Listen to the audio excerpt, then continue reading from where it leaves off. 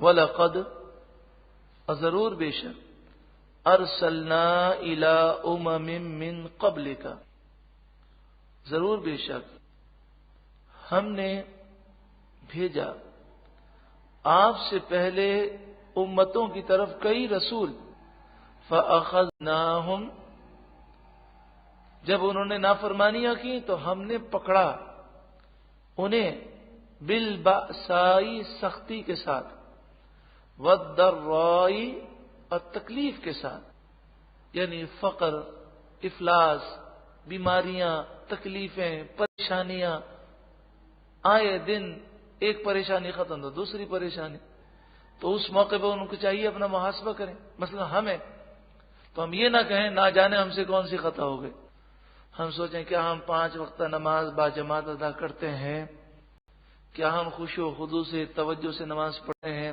ہم کسی کا دل تو نہیں دکھاتے ہماری جو روزی ہے اس میں کہیں حرام کا شبہ تو نہیں ہے کہیں جھوٹ تو ہم نہیں بول رہے رشوت تو نہیں دے رہے ہم رشوت تو نہیں لے رہے سود کا لینا دینا تو نہیں ہماری زبان سے غیبت تو نہیں ہو رہی یہاں تک امام غزالی علیہ الرحمہ نے لکھا کہ ایک بزرگ فرماتے ہیں کہ اگر تو رات کو تہجد کے لیے نہ اٹھ سکے اور تیرے بدن میں سستی محسوس ہو تو سمجھ جا کہ تیری زبان سے کوئی فضول جملہ نکل گیا ہوگا جب فضول جملے کی یہ نحوستیں تو گناہوں کی تو کتنی نحوستیں تو یہ سوچنا چاہیے اور پھر کتنے بھی نیک بن جائیں ہر وقت یہی سوچیں کہ یہ میرے گناہوں کی وجہ سے ایک بزرگ تھے کہ جب حضرت امام غزالی نے لکھا کہ جب آندھی چلتی تو ان کے چہرے کا رنگ بدل جاتا اور زور زور سے وہ توبہ توبہ کرتے اور کہتے کہ سب لوگ میری وجہ سے پریشان ہوتے ہیں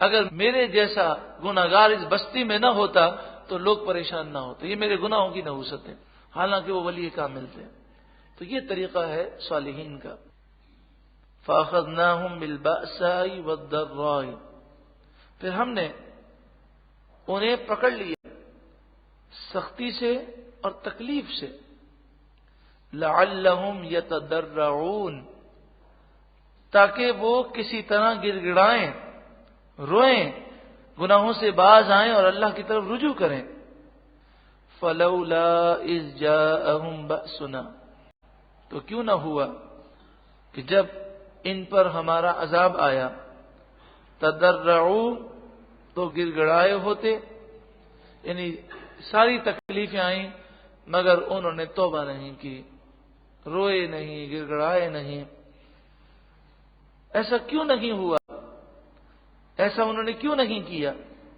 وَلَكِنْ قَسَتْ قُلُوبُهُمْ ہاں لیکن ان کے دل سخت ہو گئے تو کسی تکلیف کا انہیں کوئی اثر نہیں ہوا وہ یہی سمجھتے رہے ذرا کاروباری مندی آ گئی ہے پوری دنیا پر مندی ہے اس لیے کاروبار ٹھپ ہو چکا ہے ذرا ایک وائرس پھیل چکا ہے تو اس وجہ سے وبا آ گئی ہے بیماری آ گئی ہے لیکن سوال یہ ہے کہ یہ وائرس پورے جہاں میں پھیلا ہے تو کراچی کے اندر 2.25 کروڑ عوام ہے 2.25 کروڑ عوام تو بیمار نہیں ہوئی 100 200 1000 2000 آدمی بیمار ہوئے تو انسان اس طرح بھی تو اپنی ہدایت کا ذریعہ وہ نکال سکتا ہے کہ وہ اپنے گناہوں کو یاد کر کے توبہ کرے ولیکن قسد قلوبہم ہاں لیکن ان کے دل سخت ہو گئے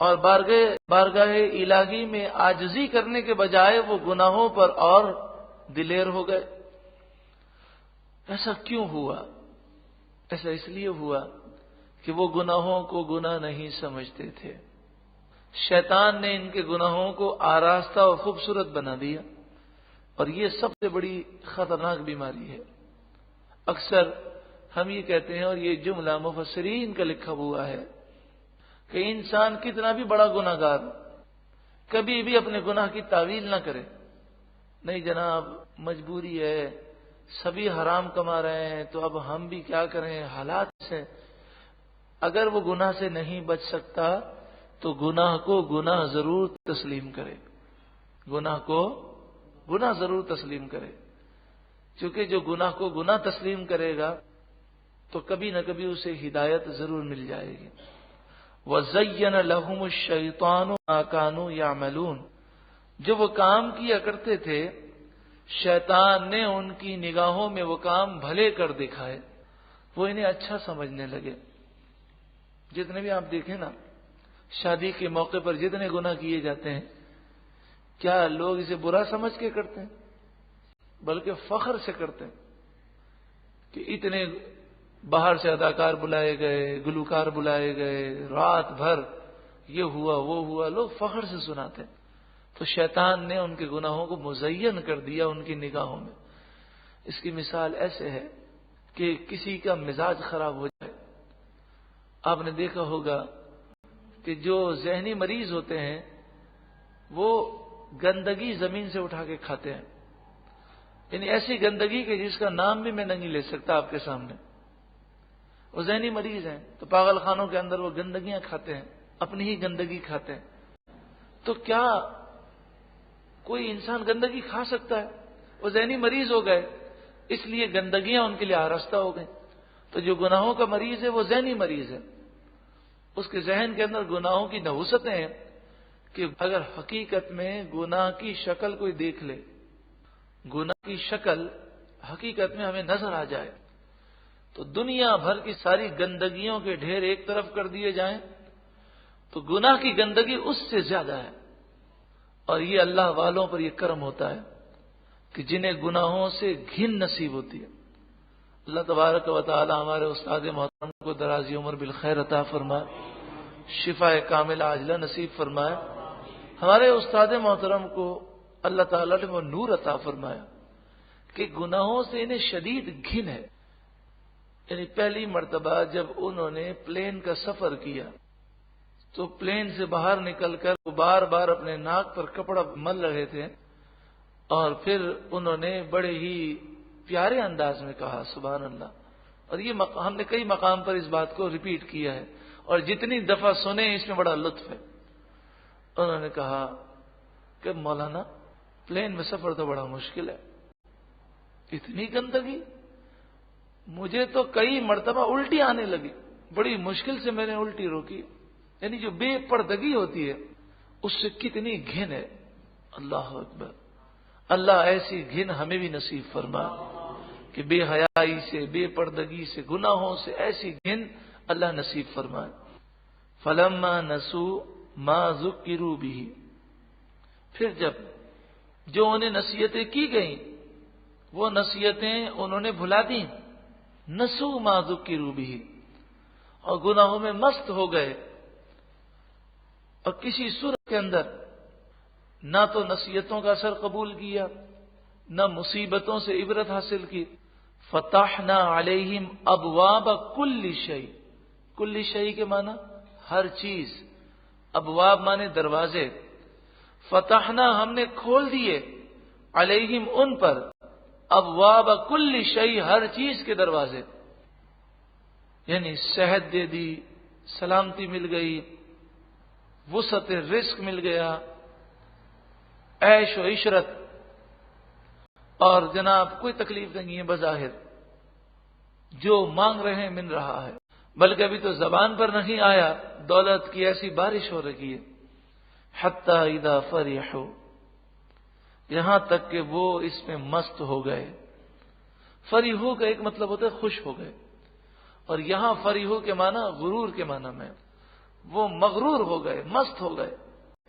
بما اوتو، ان نعمتوں میں مست ہو گئے جو نعمتیں انہیں ملی تھیں، جیسا کہ قارون کا حال تھا کہ جب اسے نعمتیں ملی، اور کیسی نعمتیں ملی، سورہ قصص آیت نمبر 76 میں فرمایا گیا وَآتَيْنَاهُ مِنَ الْكُنُوزِ مَا إِنَّ مَفَاتِحَهُ لَتَنُوءُ بِالْعُصْبَةِ، اسے ہم نے ایسا خزانہ دیا کہ لوگوں کی بہت بڑی جماعت صرف اس خزانے کی چابیاں اٹھاتی تھی۔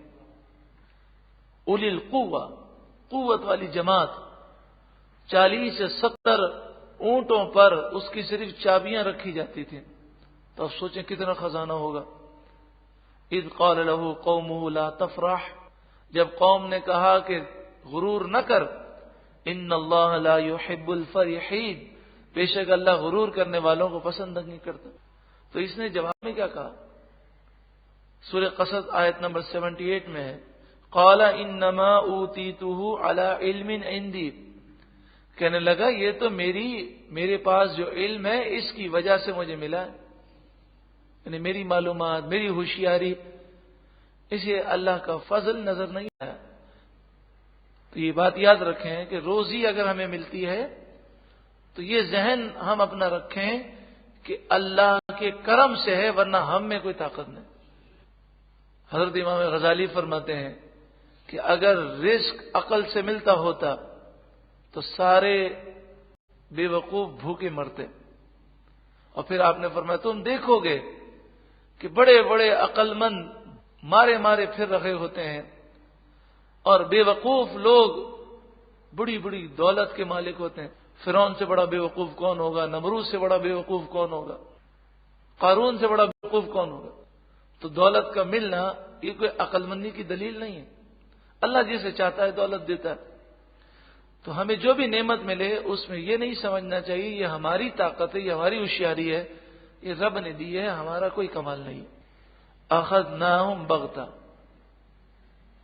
پہلے جب انہوں نے انکار کیا تو مصیبتیں آئیں تاکہ وہ توبہ کریں، لیکن جب انہوں نے توبہ نہ کی اور گناہوں پر وہ بضد رہے تو پھر نعمتوں کے دروازے کھول دیے گئے اور پھر وہ مست ہو گئے، کسی کی بات سننے کے لیے کوئی تیار نہیں، وہ اپنی نعمتوں میں مست ہیں۔ اور جب بالکل اس طرح ہو گئے تو فرمایا کہ پھر ہم نے اچانک انہیں پکڑ لیا، فَإِذَا هُمْ مُبْلِسُونَ، پھر کیا ہوا؟ پھر اس وقت ان کی امیدیں ٹوٹ گئیں، وہ مایوس ہو گئے۔ اچانک سے جب گرفت ہوتی ہے تو اس وقت سنبھلنے کا موقع نہیں ملتا۔ عبرت ہمیں کیوں نہیں ہوتی؟ کتنے ہمارے دل سخت ہیں۔ ہم یہ منظر دیکھتے ہیں، فون آتا ہے، بھئی آپ وہ ہاسپٹل میں جلدی پہنچے، کیا ہوا؟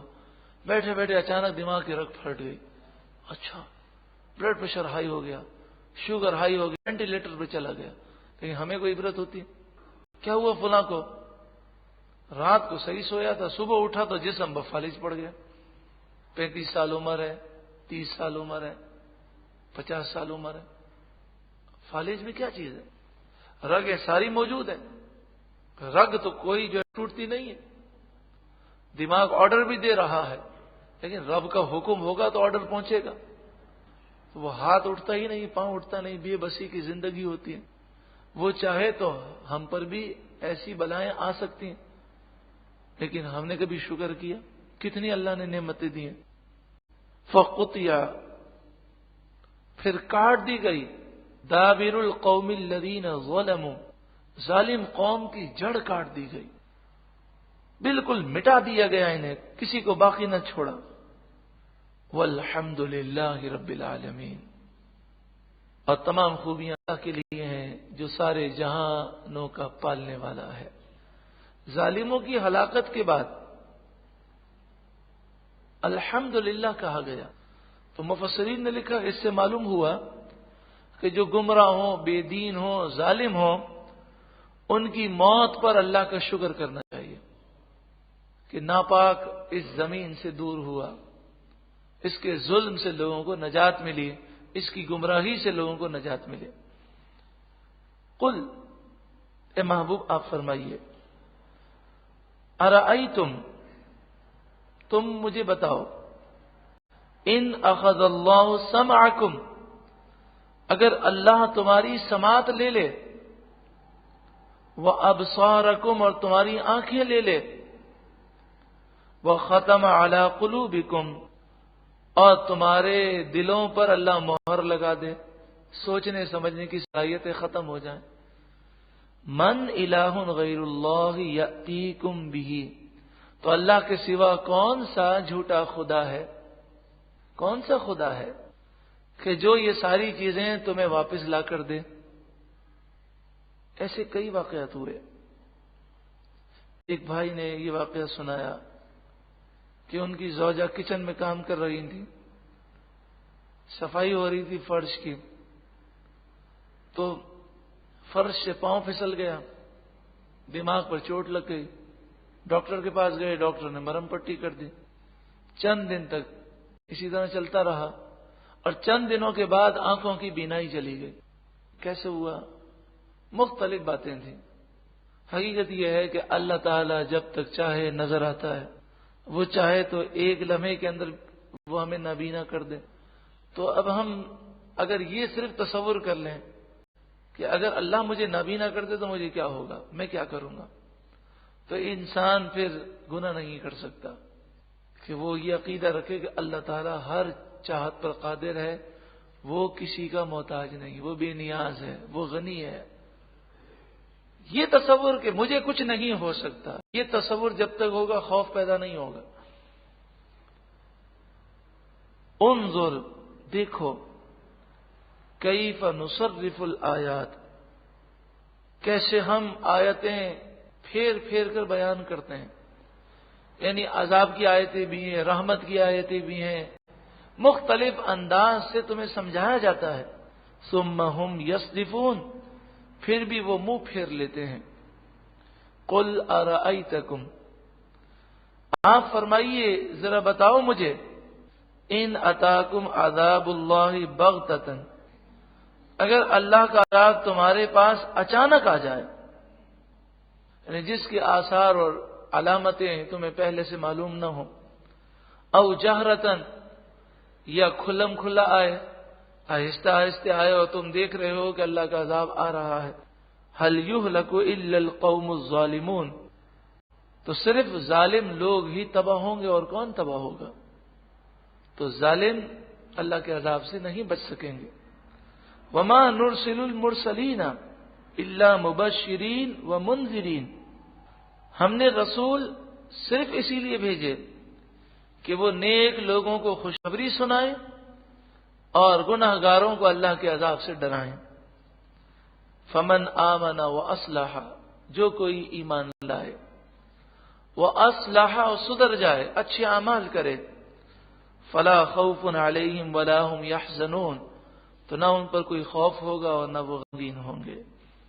والذین کذبوا بآیاتنا، اور وہ لوگ کہ جنہوں نے ہماری آیتوں کو جھٹلایا، یمسهم العذاب بما كانوا يفسقون، انہیں عذاب پہنچے گا ان کے گناہوں کی وجہ سے، جو گناہ کر رہے ہیں ان کا عذاب ضرور پہنچے گا، مگر ایک ڈھیل، ایک مہلت ہے۔ شد فرمایا، قل، اے محبوب آپ کہہ دیجئے، لا اقول لکم، میں تم سے نہیں کہتا، عندی خزائن اللہ، کہ میرے پاس اللہ کے خزانے ہیں، ولا اعلم الغیب، اور نہ میں یہ کہتا ہوں کہ میں خود ہی غیب جان لیتا ہوں، ولا اقول لکم انی ملک، اور نہ میں تم سے یہ کہتا ہوں کہ میں فرشتہ ہوں۔ ان اتبع الا ما یوحى الی، میں تو اسی وحی کی پیروی کرتا ہوں جو وحی میری طرف کی جاتی ہے۔ قل هل يستوي الاعمى والبصير، آپ فرمائیے کہ کیا اندھا اور دیکھنے والا دونوں برابر ہو سکتے ہیں؟ افلا تتفکرون، کیا تم غور و فکر نہیں کرتے؟ کفار کا طریقہ یہ تھا کہ وہ نبی اکرم صلی اللہ علیہ وآلہ وسلم سے مختلف سوالات کرتے۔ کبھی وہ کہتے کہ ہمیں بہت ساری دولت اور مال دے دیجئے کہ ہم کبھی محتاج نہ ہوں، کبھی کہتے کہ ان پہاڑوں کو سونا بنا دیجئے، کبھی کہتے کہ گزشتہ اور آنے والے واقعات کی ہمیں خبر دیجئے، کبھی کہتے کہ قیامت کا وقت بتائیے، اور کبھی کہتے کہ آپ کیسے رسول ہیں کہ کھاتے بھی ہیں، پیتے بھی ہیں، نکاح بھی کرتے ہیں۔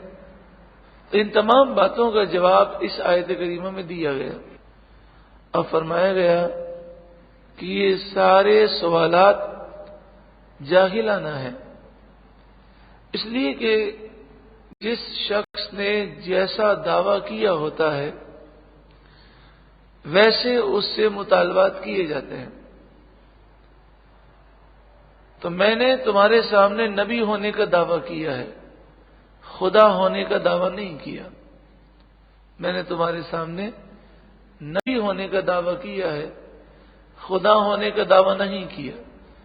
یعنی میں نے یہ دعویٰ نہیں کیا کہ زمین و آسمان کے سارے خزانے میرے ہاتھ میں ہیں اور میں جسے دینا چاہوں دے سکتا ہوں، اللہ نہ چاہے پھر بھی میں دے سکتا ہوں، اور اللہ نہ بتائے پھر بھی میں غیب کو جانتا ہوں۔ تو یہ تو خدائی دعوے ہیں، میں نے خدائی کا دعویٰ نہیں کیا۔ ہاں، نبی ہونے کا دعویٰ کیا ہے، اور میں ہر وہ کام کرتا ہوں جو اللہ کا حکم ہوتا ہے، اور اللہ کے اذن کے بغیر میں تمہیں کچھ نہیں دوں گا۔ تو جب اللہ کا اذن ہوتا ہے تو میں تمہیں معجزات دکھاتا ہوں، لہذا تمہارے یہ مطالبات ہی فضول ہیں، کیونکہ غیر متعلق باتوں کا ذکر کرنا یقیناً یہ فضول ہے اور انتہا درجے کی جہالت اور حماقت ہے۔ تم نے یہ سمجھا ہوا ہے کہ رسول اسے کہتے ہیں جو خزانہ دے۔ اگر میں تمہیں خزانہ دے دوں تو تم مجھے رسول مانو گے، اور اگر میں تمہیں خزانہ نہ دوں تو تم مجھے رسول نہیں مانو گے۔ تو تمہاری یہ سوچ ہی غلط ہے۔ یہاں پر کوئی یہ نہ سمجھے کہ نبی اکرم صلی اللہ علیہ وآلہ وسلم نے خزانے نہیں عطا کیے۔ آپ صلی اللہ علیہ وآلہ وسلم نے صحابہ کرام کو خزانے عطا فرمائے، جنت کی بشارتیں عطا فرمائیں۔ آپ صلی اللہ علیہ وآلہ وسلم نے غیب کی خبریں دیں۔ لیکن یہاں بات یہ ہو رہی ہے کہ اگر نبی اکرم صلی اللہ علیہ وآلہ وسلم کسی کو دیتے ہیں تو اللہ کے اذن سے دیتے ہیں، اور کسی کو نہیں دیتے تو اللہ کے اذن سے نہیں دیتے۔ نبی اور رسول اگر حضور دیں تو یہ مان لیں گے، ورنہ نہیں مانیں گے۔ تو اس کا مطلب یہ ہوا کہ اگر انہیں مال مل جائے اور یہ رسول اللہ کو رسول مان لیں تو پھر یہ مال کی لالچ میں وہ ایمان لائے، اور ایسا ایمان قابل قبول نہیں ہوتا۔ بخاری شریف میں نبی اکرم صلی اللہ علیہ وآلہ وسلم نے فرمایا کہ مجھے زمین کے خزانوں کی کنجیاں دی گئیں، چابیاں دی گئیں، یعنی اللہ نے مجھے زمین کے خزانوں کا مالک بنایا۔ اور غیب کے متعلق عالم الغیب فلا یظہر علی غیبہ احدا الا من ارتضی من رسول، غیب کا جاننے والا اپنے رسولوں کو غیب کا علم دیتا ہے، عام لوگوں کو غیب کا علم نہیں دیتا۔ اور جہاں تک فرشتے کا تعلق ہے تو رسول اللہ فرشتہ نہیں ہے، بلکہ اللہ نے اپنے نور سے آپ کو پیدا کیا، اور آپ نوری بشر ہیں، لہذا آپ کا کھانا پینا یہ تعجب کی بات ہرگز نہیں ہے۔